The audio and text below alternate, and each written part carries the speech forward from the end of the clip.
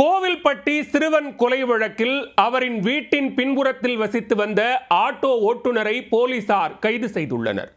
பல்வேறு கட்ட விசாரணையை தொடர்ந்து 6 நாட்களுக்கு பின் குற்றவாளி கைது செய்யப்பட்டதன் பின்னணி என்ன?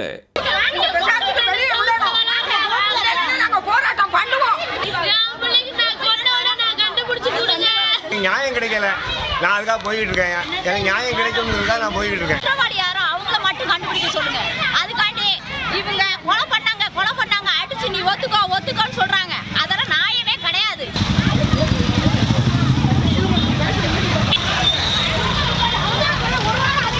போலீஸ் அராதவன் ரொம்ப நாளா முடியல சார்.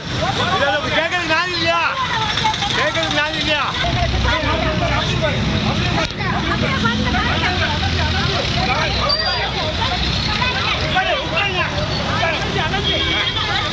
கோவில்பட்டியில் 10 வயது சிறுவன் மர்மமான முறையில் கொலை செய்யப்பட்ட சம்பவம் பெரும் அதிர்ச்சியை ஏற்படுத்தியது. குற்றவாளிகளை பிடிப்பதில் துப்பு கிடைக்காததால் பெரும் பின்னடைவு ஏற்பட்டது.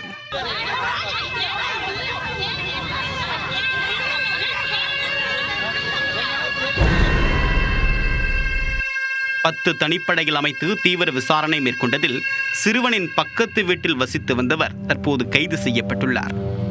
சிறுவனின் உடலை கொண்டு சென்ற இடத்திற்கெல்லாம் உடன் சென்று எதுவும் தெரியாதது போன்று நாடகமாடியவர் வசமாக சிக்கியது எப்படி?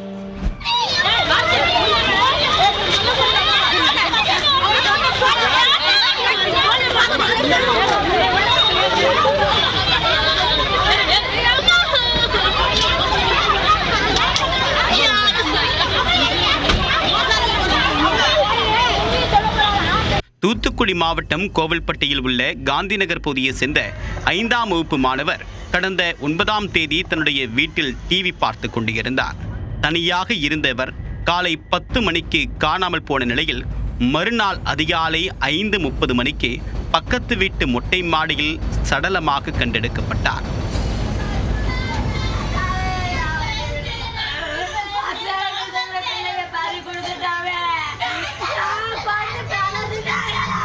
பெரும் அதிர்வலையை ஏற்படுத்திய இந்த கொலை வழக்கில் குற்றவாளியை பிடிக்க போலீசார் அதிரடி வேட்டையில் இறங்கினர்.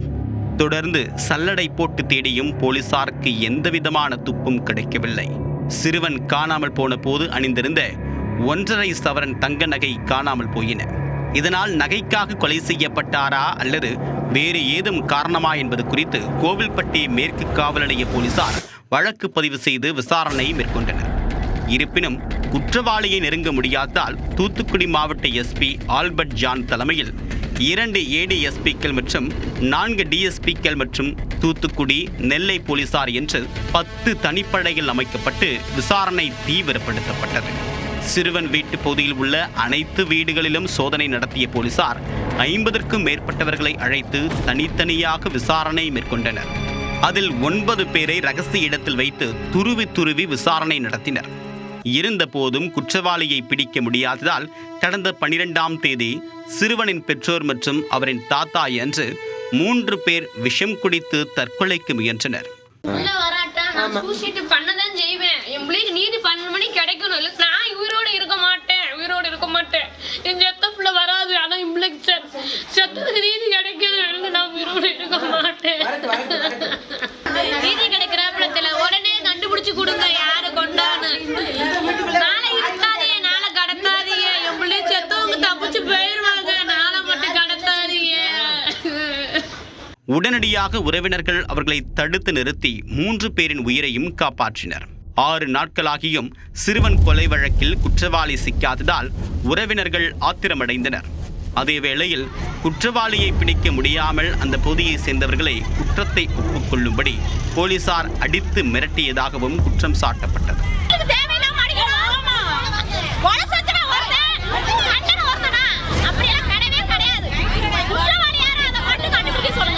இந்நிலையில் உண்மையான குற்றவாளிகளை கைது செய்ய வலியுறுத்தி கோவில்பட்டி பிரதான சாலையில் சிறுவனின் பெற்றோர் மற்றும் உறவினர்கள் மறியல் போராட்டத்தில் ஈடுபட முயன்றனர்.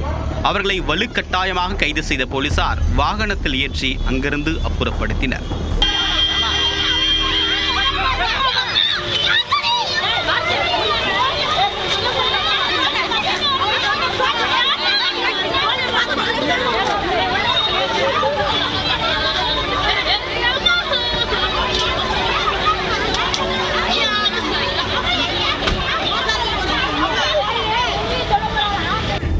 போலீசார் விரைந்து செயல்பட்டிருந்தால் சிறுவனை காப்பாற்றி இருக்கலாம் என்றும் உறவினர்கள் தெரிவித்துள்ளனர். மாறாக நீதி கேட்டு போராடக்கூடிய தங்களை சுட்டுக் கொன்று விடுவோம் என்று போலீசார் மிரட்டுவதாகவும் குற்றம் சாட்டினர். போராட்டத்தில் ஈடுபட்டவர்களிடம் கோவில்பட்டு டிஎஸ்பி ஜெகநாதன் மற்றும் போலீசார் சமாதான பேச்சுவார்த்தை நடத்தினர். மேலும் விரைவில் குற்றவாளியை கைது செய்து விடுவோம் என்று உறுதியளித்ததும் அவர்கள் போராட்டத்தை கைவிட்டனர். நாங்க என்ன சாங்க கேட்டா, உங்க வேலையை பாருங்க, எங்க கடமை நாங்க செஞ்சு விட்டுருக்கோம், நீ உன் கைய கால உனக்கு ஒண்ணும் சேர்த்து போலீஸ் கேஸ்ல போட்டுவேன் அப்படின்னு சொல்றாங்க. இன்னொரு ஆள் நான் பஸ் ஸ்டாண்ட்ல நிற்கும் போது கைய வச்சுக்கிறாரு, வீட்டுல வச்சு ஒரு ஆள் கொண்டு வருங்கிறாரு. எங்களுக்கு போலீஸே எங்களுக்கு பாதுகாப்பு இல்லை. அவங்க இல்லாட்டி போலீஸ் வந்து நாங்க இருக்கோம், அவங்களே எங்களை மிரட்டுறாங்க. பாதிக்கப்பட்டவங்க நாங்க, எங்களே மிரட்டுறாங்க. போட போக்க பார்த்தா எங்க மேலேயே ஒரு கொலை போட்டு எங்களே உள்ள அடிச்சுவாங்களோ எங்க பயமா இருக்கு. அதனால நியாயம் கட்டு நான் ரோட்ல வந்து நிற்கேன். இந்நிலையில் 10 வயது சிறுவன் கொலை வழக்கில் முக்கிய குற்றவாளியை கைது செய்திருப்பதாக தூத்துக்குடி எஸ்பி ஆல்பர்ட் ஜான் தகவல் தெரிவித்திருக்கிறார்.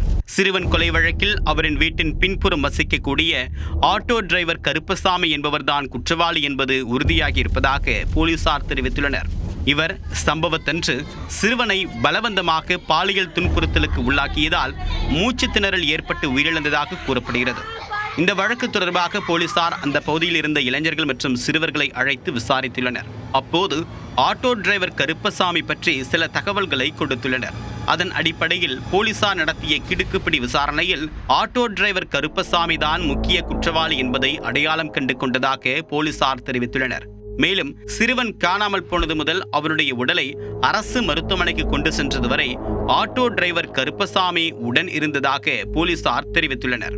அத்துடன் போலீசாருடன் சேர்ந்து சிறுவனை தேடுவது போன்று அவர் நாடகமாடியதும் அம்பலமாகியுள்ளது.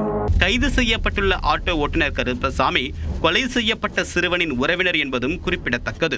மேலும் இந்த வழக்கில் கருப்பசாமியுடன் மேலும் யாருக்கு தொடர்புள்ளது என்ற கோணத்திலும் போலீசார் தொடர் விசாரணை மேற்கொண்டு வருகின்றனர். கோவில்பட்டியில் 10 வயது சிறுவன் மர்மமான முறையில் கொலை செய்யப்பட்ட வழக்கில் முக்கிய குற்றவாளி ஆட்டோ ஓட்டுநர் கருப்பசாமி 6 நாட்களுக்கு பிறகு கைது செய்யப்பட்டுள்ளார்.